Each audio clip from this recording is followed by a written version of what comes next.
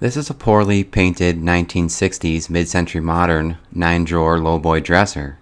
I found this listed on Facebook Marketplace for $175, and I remember this dresser because the weather looked like this the day I picked it up, but there was one problem that kept me from restoring this for more than 6 months. Today I'm going to remove the layers of thick paint and try to restore this beautiful piece back to its former glory. My name is Barry, and it's good to be with you again.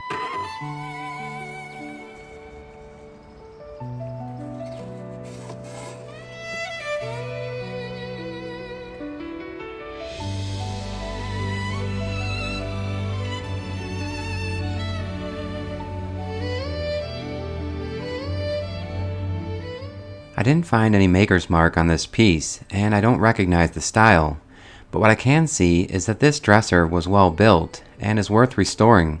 As with most pieces I find, I'm fairly confident that this piece was painted within the last 5 years, so I don't expect that lead-based paint was used. However, it won't hurt to check.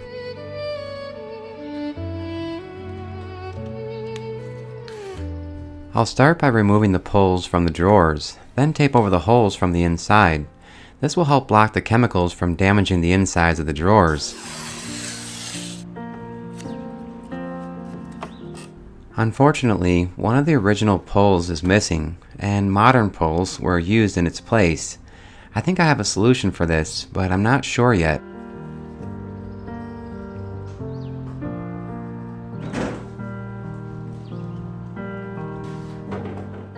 Most of the pulls appear to be original, and I'm excited to see that most of the pieces appear to be brass since they are non-magnetic. With the hardware removed, I can now start applying a chemical paint remover with a chip brush. This is almost always the most rewarding part of poorly painted projects, discovering the beautiful, natural wood grain hiding beneath layers of paint. I understand the majority of people often want to know the values of restored furniture pieces, and I can't blame them, so I'll do my best to share some of the costs involved and the expected value of a piece like this. Once brushed on, I'll let the chemicals sit for about 15 minutes, then scrape off the paint with a metal scraper, being careful not to gouge the thin veneer. Following that step, I'll neutralize the chemicals with an afterwash product and No. 2 steel wool. This is the satisfying part of the restoration project where the work speaks mostly for itself.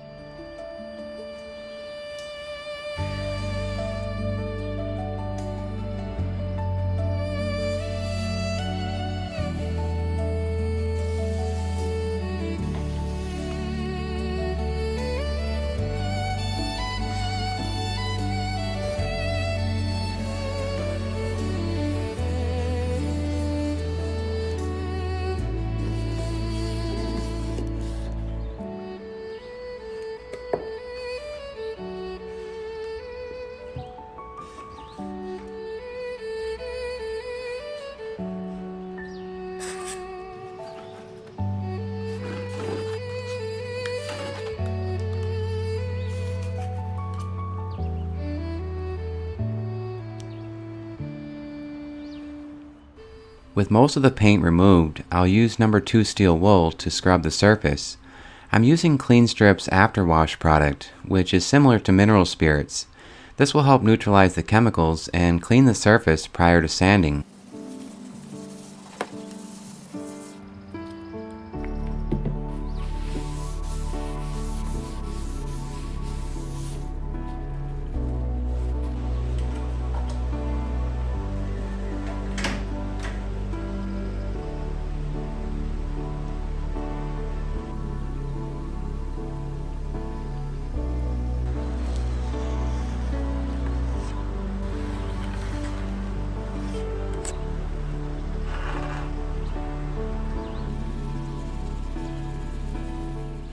With every restoration project, I often do what I can to remove as many of the pieces as possible.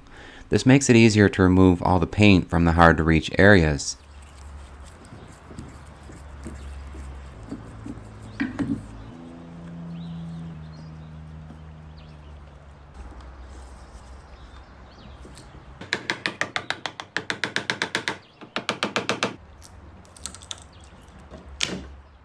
After removing one front leg mount, I realized the risk of damage was not worth all the effort, so I left the other 3 legs intact and will work around them.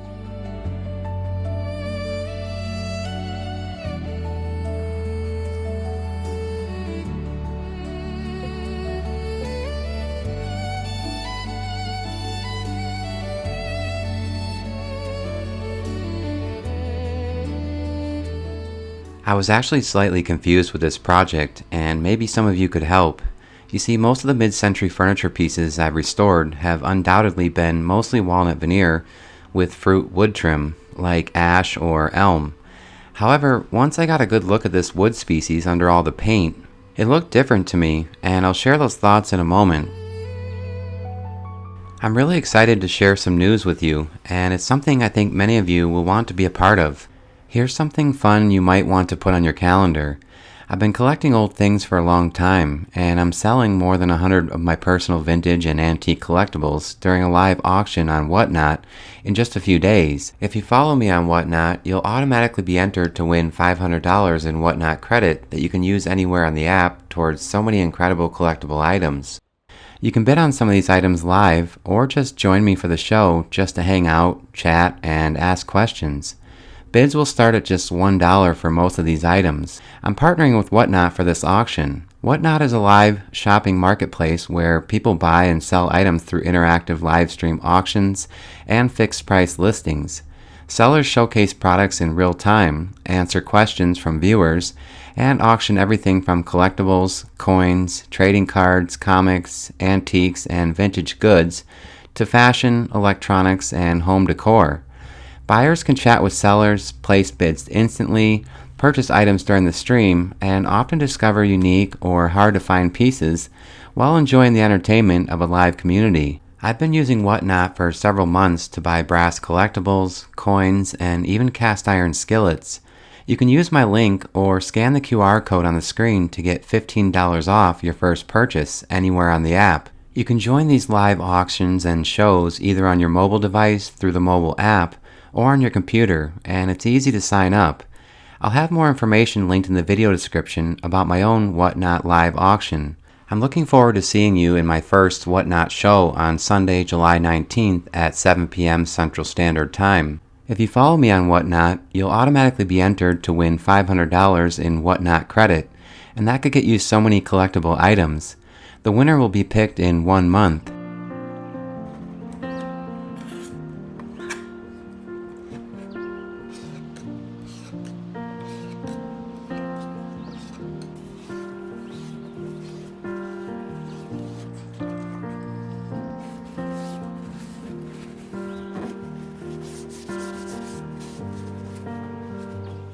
For this dresser, I'll be sanding with the Surf Prep electric sanders and several hand sanding blocks. And this might seem obvious to many, but when it comes to sanding any project, the process is more enjoyable when I take the time to organize all my sanding tools and supplies. I've worked on too many projects in the past where I lost so much time digging through bins for the right supplies. I almost always use carbide scrapers to scrape the paint off the edges. Using chemicals for these areas usually makes a mess and is not worth it. For this entire project, I'll start by sanding the surfaces with 150 grit sheets, then 180 grit, then gently hand sand everything with a 150 grit sanding pad. The sanding pad will help round off any sharp edges and also remove any swirl marks. This is probably the task I was dreading the most, removing the paint from all these pockets. I'll do what I can to remove most of the paint, but these areas will be completely covered up by the hardware. It's important to know where to draw the line with each project, and this is a very nice dresser, but it doesn't fall into the high-end category, so spending hours to remove all the paint from these pockets won't pay off this time.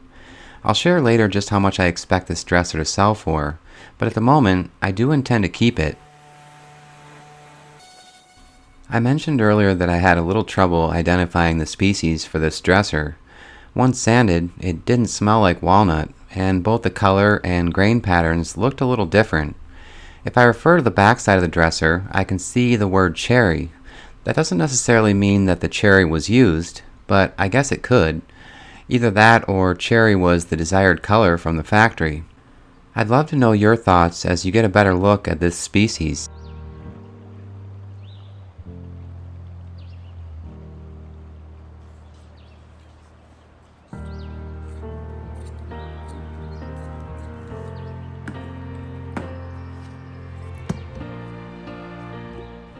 I decided to stick with a traditional oil-based stain in the color light walnut. There are better stain options out there, but I'm hanging on to what I have for future high-end furniture pieces.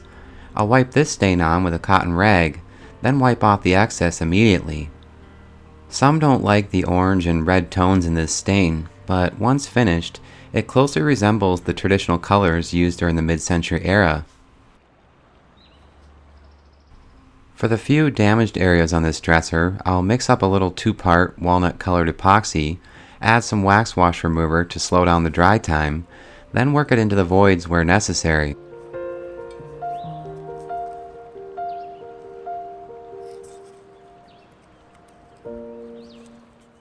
It wasn't until this point that I found the maker's mark inside one of the drawers, Bassett Furniture Industries, Inc., out of Bassett, Virginia. I've never been able to understand how their numbering system worked, but if I had to guess, I'd say some numbers refer to model numbers, some manufacturing dates, and some dimensions of the specific piece.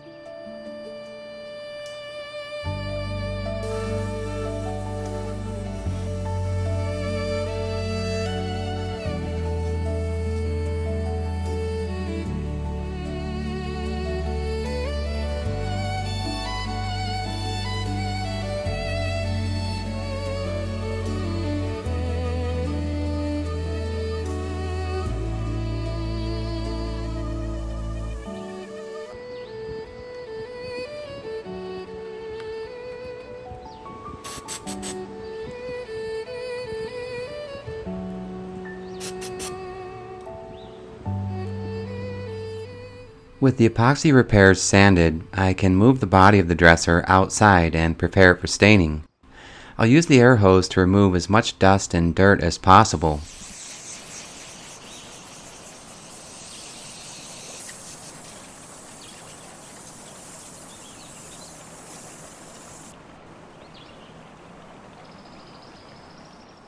Here's where this dresser loses some of its value. One main brass pull is missing. It took me months of searching Etsy and eBay to find something from the same era. I believe I paid $15 to $20 for this pull. It's smaller than the others, and that bothers me a little, but I still think it's much better than the alternative, which is replacing all the pulls with modern hardware. Not only was it slightly painful to drill new holes in the drawer face for this shorter drawer pull, but once the project was complete, I stood back and realized just how disappointing all of these center pulls were as it relates to the overall appearance of the dresser. I'm sure some of you will soon understand what I mean.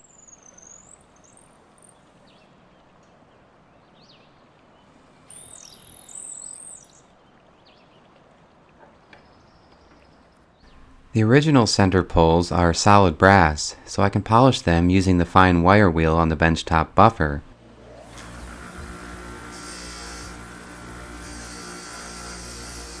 The knobs are also solid brass, just covered in lacquer, so they were easy to polish. The replacement pull appears to be plated, so the best I can do is gently polish it and deal with the minor pitting. And finally, for the black centerpieces, I'll gently sand those, clean them with acetone, and spray on several coats of black lacquer.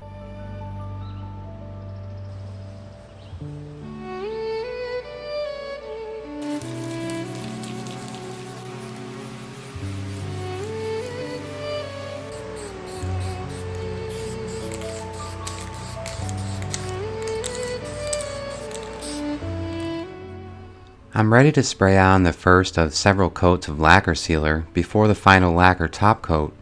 I'll mix the lacquer sealer with blush retarder to slow down the dry time and allow moisture to escape. If the moisture is trapped, it will leave a cloudy finish. It's been hot and humid here in Wisconsin, so adding the blush retarder is a crucial step.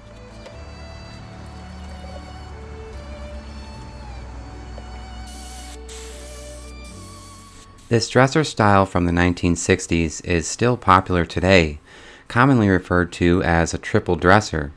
Unfortunately, the mirror is missing, but many people use these in their living areas as a buffet, a credenza, or a TV stand.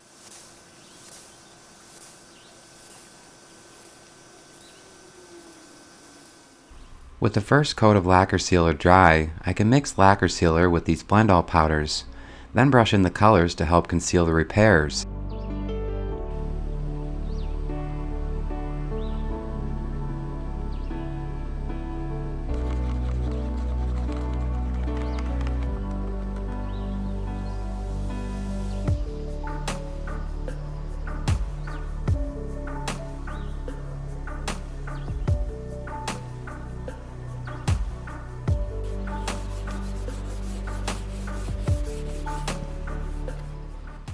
I work out of a two-car garage, so I almost always find minor imperfections between lacquer coats.